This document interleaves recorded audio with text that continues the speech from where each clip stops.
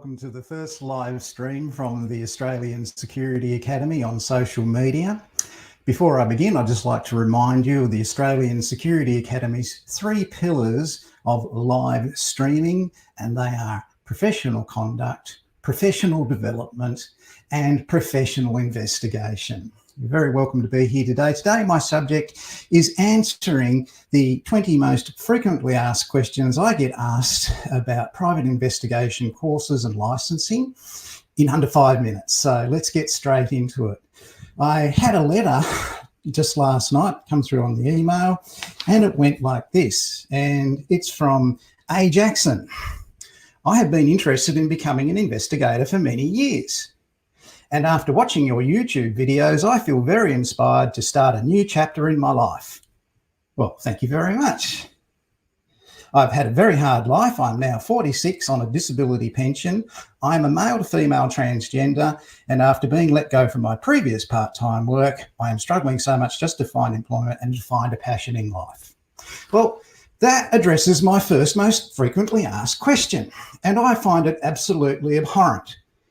You're 46 years old, you've got a passion for investigations, and the Australian Security Academy has been in existence for 19 years. That means you've had 19 years of opportunity to follow your passion. So if you want to be an investigator, do the investigation course and become an investigator. How old do you have to be a private investigator? There is no age restriction, except for licensing, where you must be 18 years of age to get a license. The oldest person that ever did the qualification with us here at the Australian Security Academy was 82 years of age. Now, he was a Cold War spy and he spoke 5 different languages fluently, but he wanted to be an investigator licensed to do investigations in his state, and he became one. So follow your passion. I wish I was 46. My second most frequently asked question, how do I become a licensed private investigator? Well, in 2020, you must study a CPP 30619 Certificate 3 in Investigative Services. Now, that course is for each state and territory that has licensing. It's a requirement for that. So you pass that course, then you can apply to your local state regulation authority to get a private investigator's license. For example, that's the Office of Fair Trading in Queensland or the Victorian Police Licensing Regulation Division there. All the other ones you're going to learn about in your course.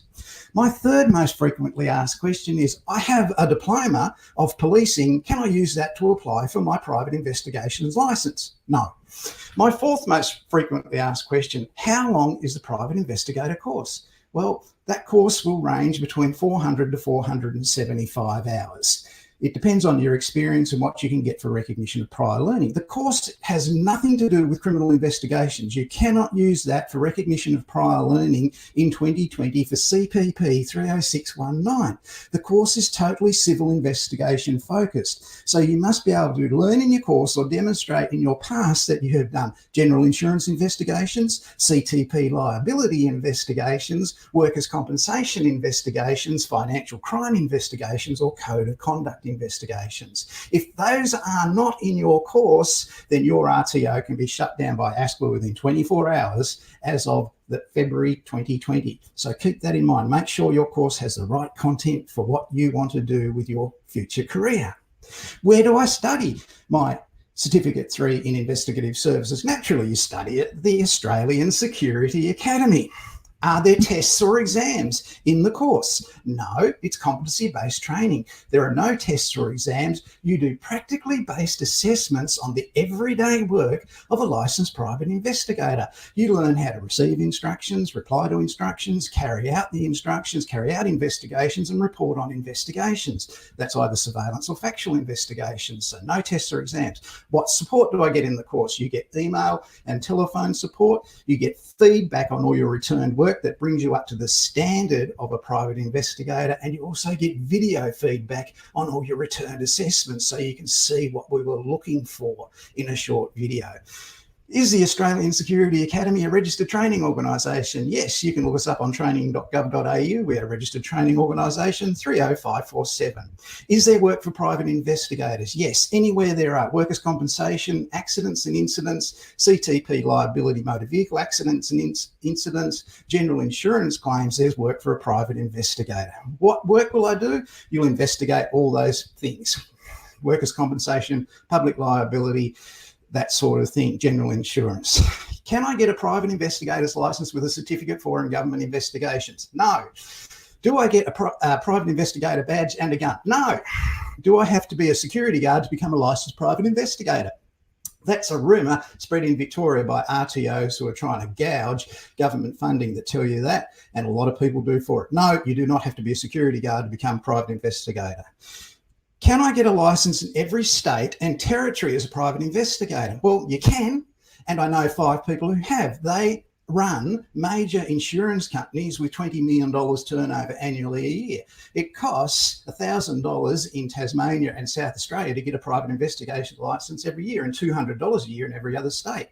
So unless you're going to be go there doing investigations, you don't need it. You only need it for the state that you're in. What do you recommend for success as a career in private investigation? My recommendation to you for success in a career in private investigation is network with the right people, connect with the good people, disregard what you see on social networking from people who have no idea what they're talking about, join an industry association, and the decent people in the industry will raise you up to success in the industry, because if they engage you, get you working as an investigator, they'll make money and you'll make money and have a career that's enjoyable for the rest of your life. So that brings me back to my initial letter from A. Jackson, who asked about the age thing and then said, I guess my question that I'm mainly concerned with is, can a trans woman find a niche in this industry? Blah, blah, blah. I would appreciate your honesty regardless. I'll probably do the course anyway because I'm interested in crime and psychology. I don't know. I really don't know. But if you tune in next week when I answer the frequently asked questions for Certificate for and Government Investigation, Ash, I've got really good news for you. So that's it for our first live stream. I'll look forward to seeing you next week. If you missed it, you can see the replay on YouTube tonight. I'm Mike Evans from the Australian Security Academy.